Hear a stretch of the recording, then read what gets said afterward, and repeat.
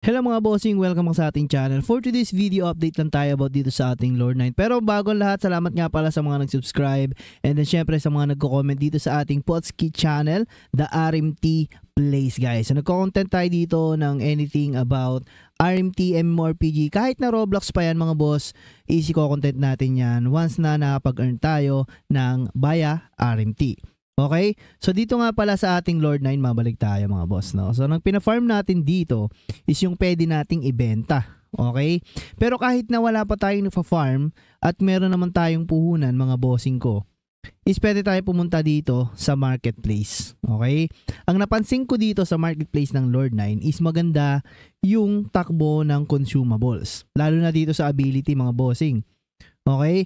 So minsan ngayong maga, itong nasa lowest price tayo mga boss ha. So ilagay nyo sa lowest price. Itong mga 0.61, 63. Ayan. So nagiging $1 to $2 yan pagdating ng gabi. Okay. So ngayon maga no. 11 AM natin ni-record tong video natin guys. Okay. Itong mga to is pwede nyo siyang i-buy. And then pagdating ng gabi is lumalaki yung presyo niya. Okay. So tignan natin dito. Wala kasing yung parang history mga boss. So converted price, so check natin Yan. So last transaction, so 0.7 mga boss. And then current price niya ngayon 0.6. So dito pa lang makikita nyo na no. So last transaction, so kagabi to malamang. So 0.7 mga boss. And then 0.6 ngayon ang price nitong Ability Pure Magic Potion Vitality.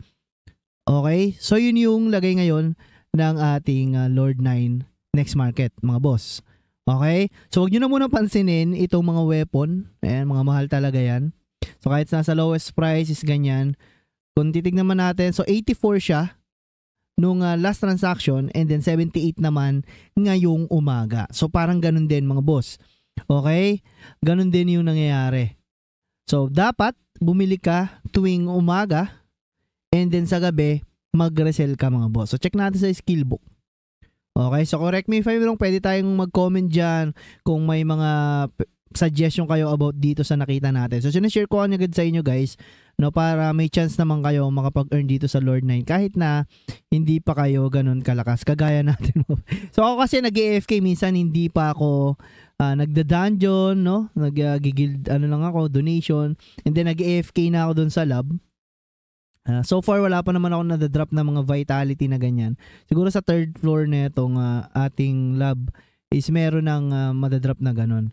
No, yung ibang mga ka-guild ko is may nagdrop na sa kanila at nakabenta na sila dito ng mga skill book. Okay? So yun yung way of earning dito. Kasi AFK gaming naman talaga. So hindi ka lang mag-AFK dito guys is sa boss. No? Katulad nito. Hindi ko na naman nagawa. No? Yung saratan. Okay? So pwede ka dyan, hindi ka dyan mag-AFK. At syempre dito sa trials, no? So hindi ka dyan dapat mag-AFK, mga boss. Okay? And then adapt ko na lang din about sa my settings. So madali lang ang Lord 9 compare sa ROM. Sa ROM marami kang gagawin doon mga boss.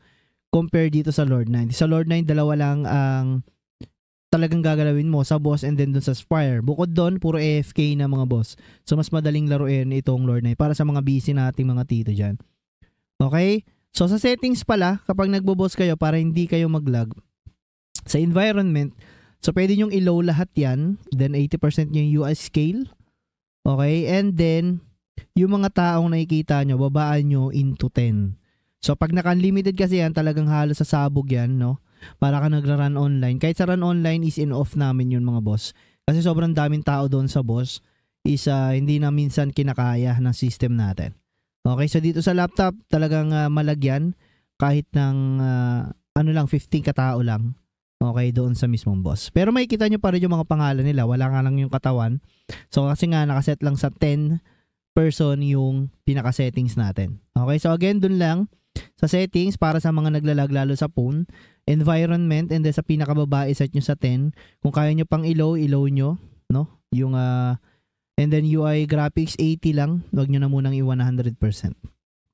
Okay, so yun yung tips natin for today's video about sa Lord 9. So abangan nyo yung tips natin sa ROM kung paano naman kayo makakapag-earn doon kahit na hindi pa kayo high level mga bossing. So magbibigay tayo nun. So again, ayan. Maliit lang naman yung 0.28 yan, mga ganyan lang yung puhunan nyo guys. And then i-resell nyo siya paggabi. Pero siguro kung marami na nakapanood nito, baka gawin na rin. Kapakapain nyo rin mga boss, no? Kung talaga bang effective yung way of earning natin about dito sa marketplace ng Lord9. Okay? So again guys, chill gaming lang tayo. Huwag kayong ma-stress sa paglalaro. AFK gaming lang naman ng Lord9. Wala masyadong PK. Okay? Compare dun sa mga ibang naunang laro bago ang Lord9. So again, Potski po, maraming salamat guys. Please subscribe, like, comment down below kung may mga tanong kayo. So pagka dumami tayo dito mga boss, is pwede tayong gumawa ng sarili nating Discord, and then doon tayo mag-usap-usap. Okay, maraming salamat. Bye-bye.